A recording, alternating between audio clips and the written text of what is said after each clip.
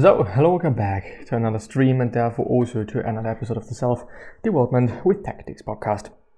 Today we're going to go through the subreddit, probably the Stoicism subreddit, and there's, maybe going to be some excursus to the Psychology Today site and or other relevant site, Forbes, CNBC Make It, some other sites that I've been on in recent years and recent times, fairly often actually.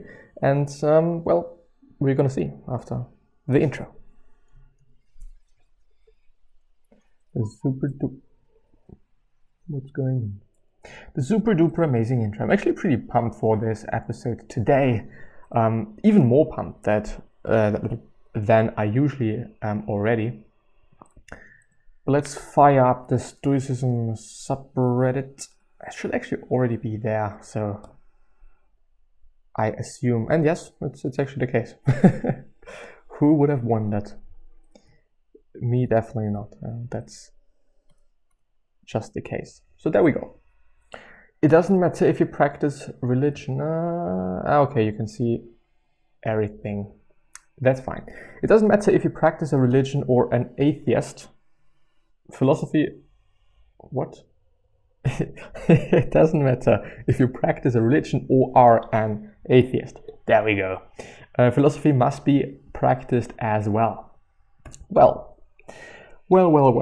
I think, and this is something that I have been talking about before, I find it pretty interesting, and I find it also really relevant and useful to think about scriptures like the Bible or the Quran. I really dearly hope that this is also that there isn't an English word for it, and the Torah for Jewish people. If I'm actually very, very sorry. I think that religion, politics, and code at this point in time, those few topics nobody actually should be talking about, since the chance that you're kind of butchering things and that you're messing things up is way, way, way, way, way too high.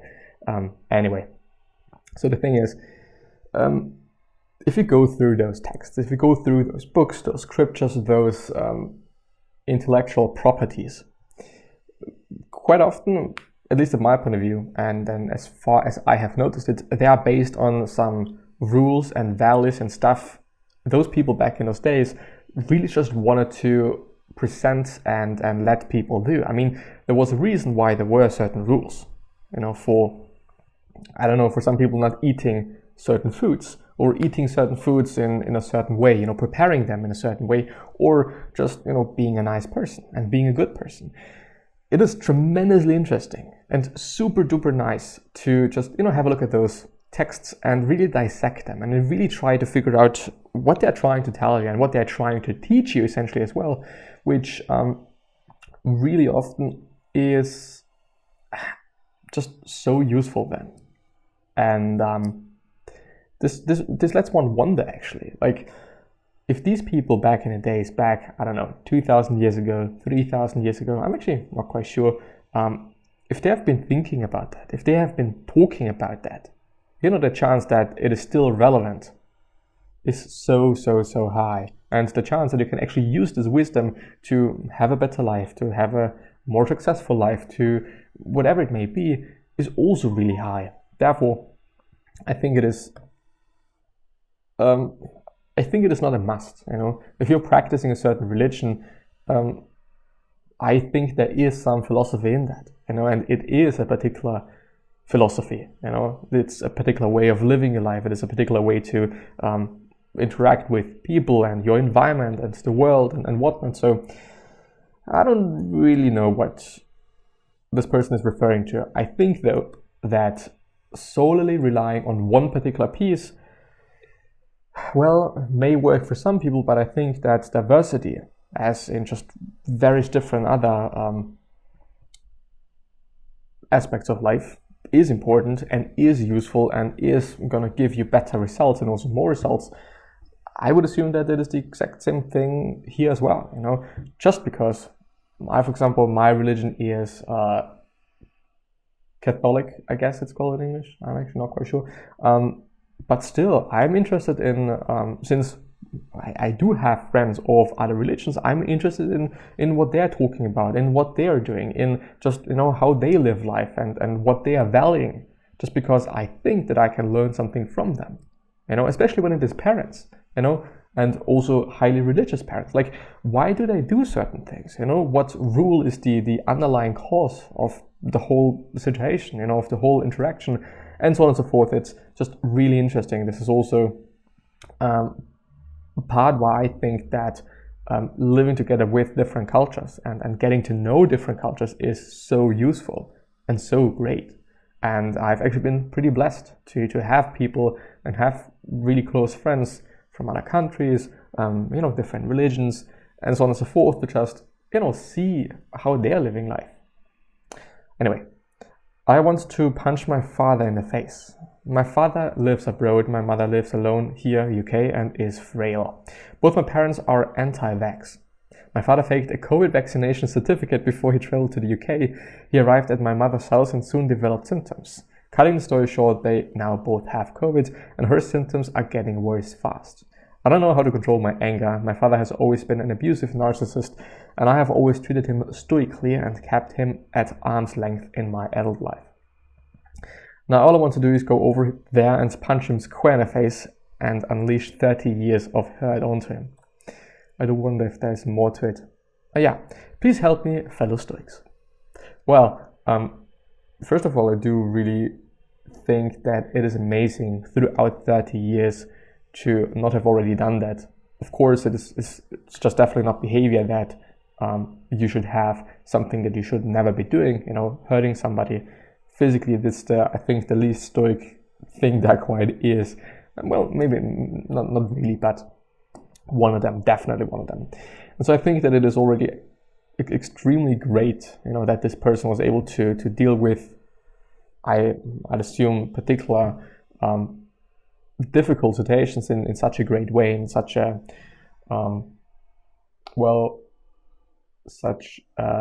useful way, and also a stoic way.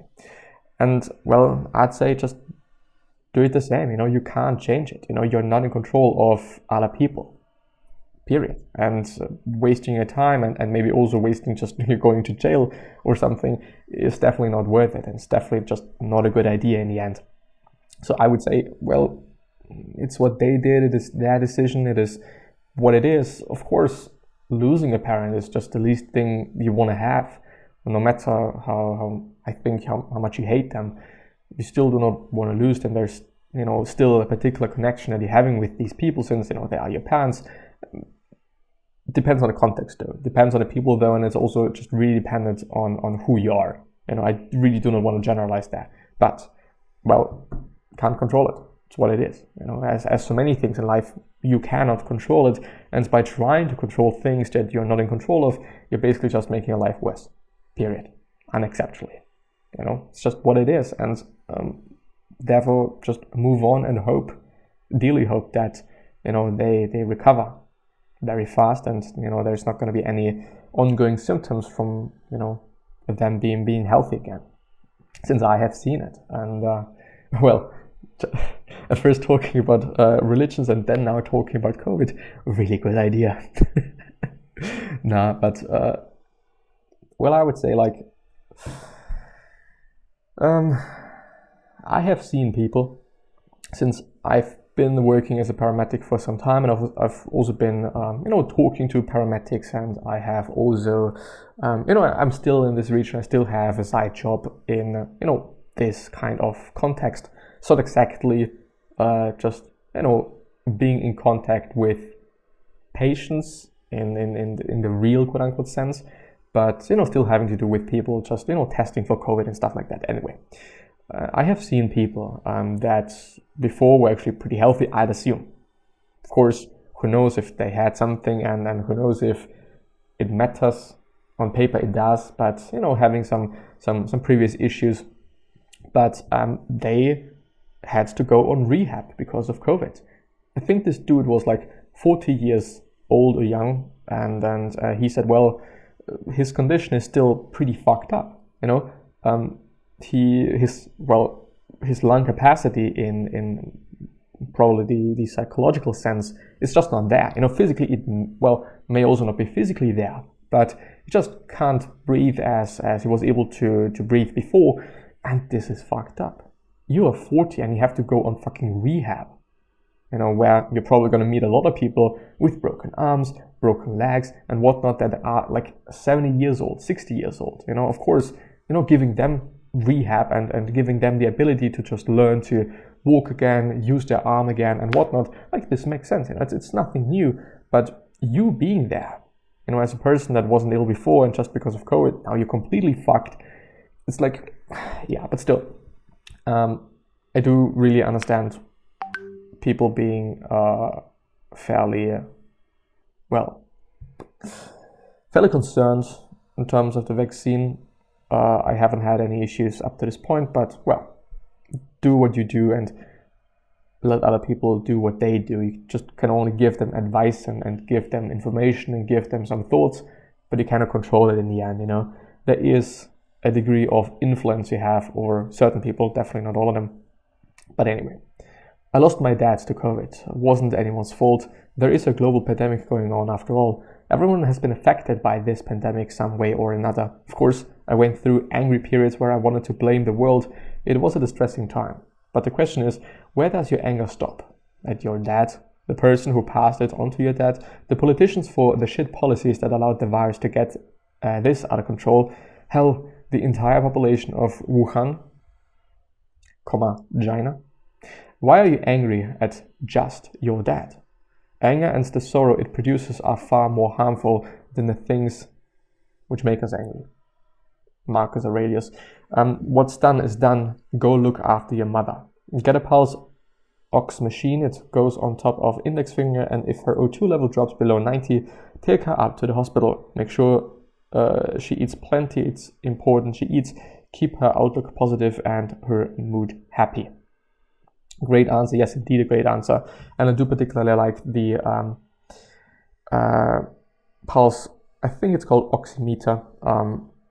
I just, know it because of paramedic stuff. And when it, as far as I remember, normal levels are 94 up to 100. Getting to 100 is like, okay, It's just, when you breathe heavily, you're probably going to get to 100, but, most people, I would assume, sit at around 99% or something of oxygen in your blood.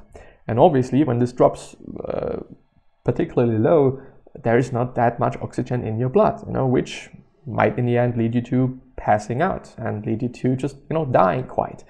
And when you pass out, when you do not get enough oxygen, that's not particularly great for your brain. It's just going to be destroyed, and you don't want to have that. You don't want to also have to deal with that.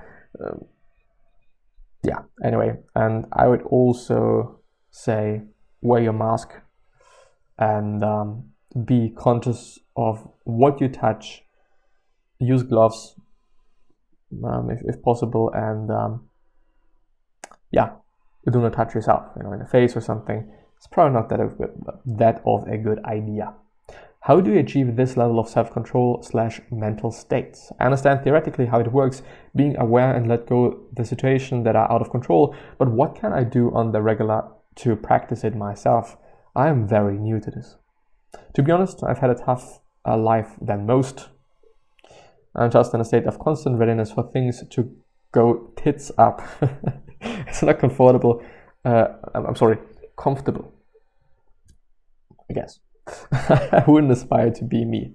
Note that I'm depressed. Well, I'm an expert, but something that has helped me is create space to allow you to catch your breath and reduce your reaction.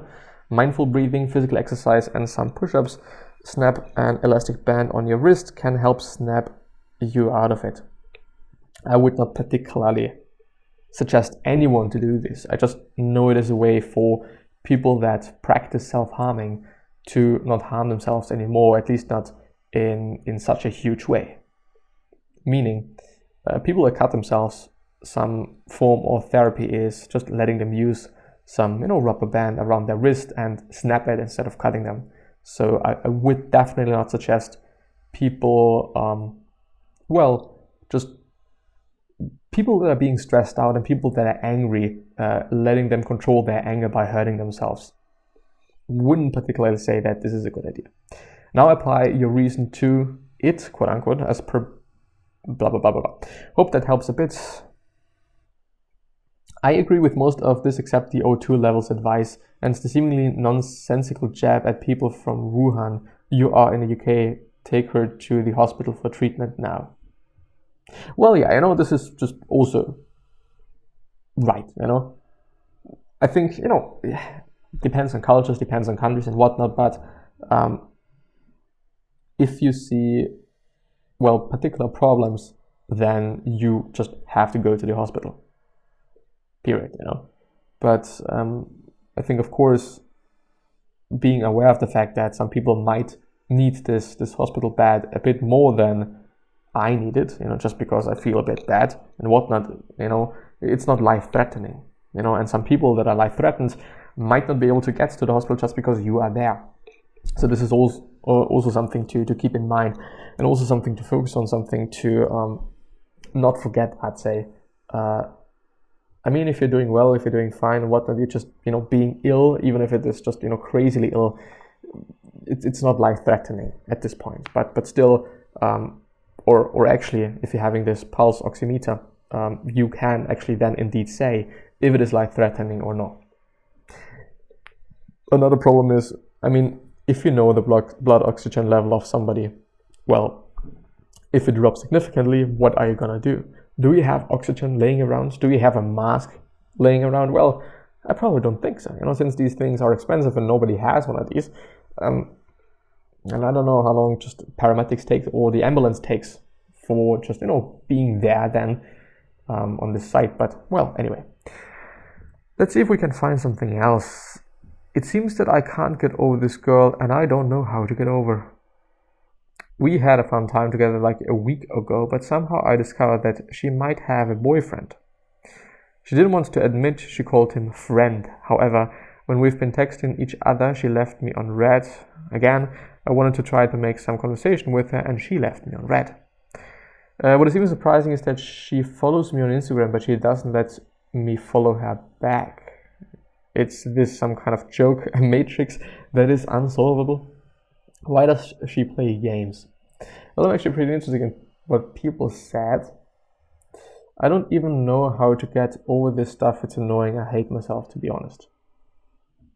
She's pretty active on social media. She checked their phone constantly during our date, which was an instant red flag. I feel like shit. Maybe I'm not enough for any girl. I'm single since I remember. Maybe she considers me ugly. Maybe she considers you ugly. But this doesn't mean that, somebody else or everyone else thinks you're ugly. Period. From book 2 of Marcus Aurelius' Meditations. The fuck? Say to yourself in the early morning, I shall meet today inquisitive, ungrateful, violent, treacherous, envious, uncharitable man. All these things have come upon them through ignorance of real good and ill. But I, because I have seen that the nature of good is the right and of ill the wrong, and that the nature of the man himself who does wrong is akin to my own, not of the same blood and seed, but partaking with me in mind, that is in a portion of divinity. I guess it's called divinity. I can neither be harmed by any of them, for no man will involve me in wrong, nor can I be angry with my kinsman or hate him, for we have come into the world to work together. Like feet, like hands, like eyelids, like the rows of upper and lower teeth. To work against one another, therefore, is to oppose nature, and to be vexed with another or to turn away from him is to tend to agonism. Basically, people can be deceitful, and you can let it bother you. I can't really say about this girl, but they love playing mind games with guys to get them all warped in the head. Don't let her control your emotional state. I wouldn't generalize that, and I would say that this comment really is based on personal experiences, I'd say. But the thing is, it's what it is, I guess. If there are already red flags, like sometimes it's really difficult to, and also in different contexts, or in different ways and different scenarios and different situations, to, even if you know that something is not right, to still kind of abandon it, because there's always like a balance of or this thought of, okay, on one hand, this person is doing X, this person is doing Y, this person is doing whatever, and on the other hand, okay, but still, this person is this, that, and the other thing, and so there's we create some sort of balance, unless of course there is just a real, how should I say, imbalance there, and you can really notice that. On the other hand,